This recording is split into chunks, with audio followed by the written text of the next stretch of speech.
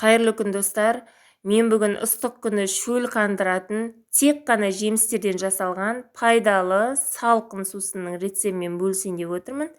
Видеоның соңына дейін көріп, лайк басып, каналыма тіркеліп, қоңыраушаны басып қойыңыздар. Ең алдымен қайнап жатқан суымыздың үстіне осылай қантымызды саламыз. Және де әркім өз қалауынша лимон немесе апельсин сығындысын сығасыздар. Мен жарты лимонды пайдаландым. Егер лимон ұнамаса, сіздер апельсин қоссаңыздар болады сығып. Және де бұл сусынның бір ерекшелігі, кім қандай жемісті жақсы көреді, сол жемістерді қоса берсеңіздер болады. Кез келген жеміс түрімен өте дәмді болып шығады. Мен бүгін алма, өрік және жүзім қосып жасап жатырмын.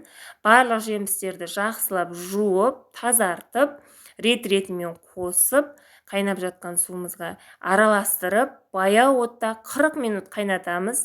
40 минут қайнатып болғаннан кейін үстіне бір уыс каркаде қосып жібереміз.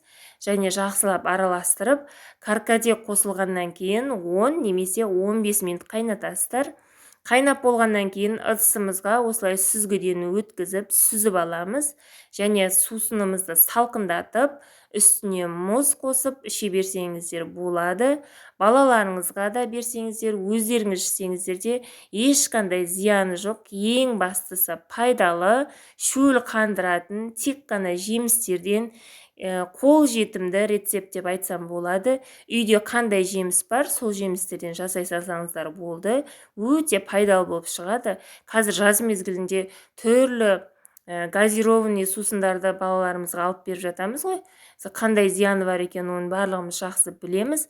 Зиянсыз осы рецептпен жасап көріңіздер. Ұнаса, каналыма тіркеліп кетіңіздер.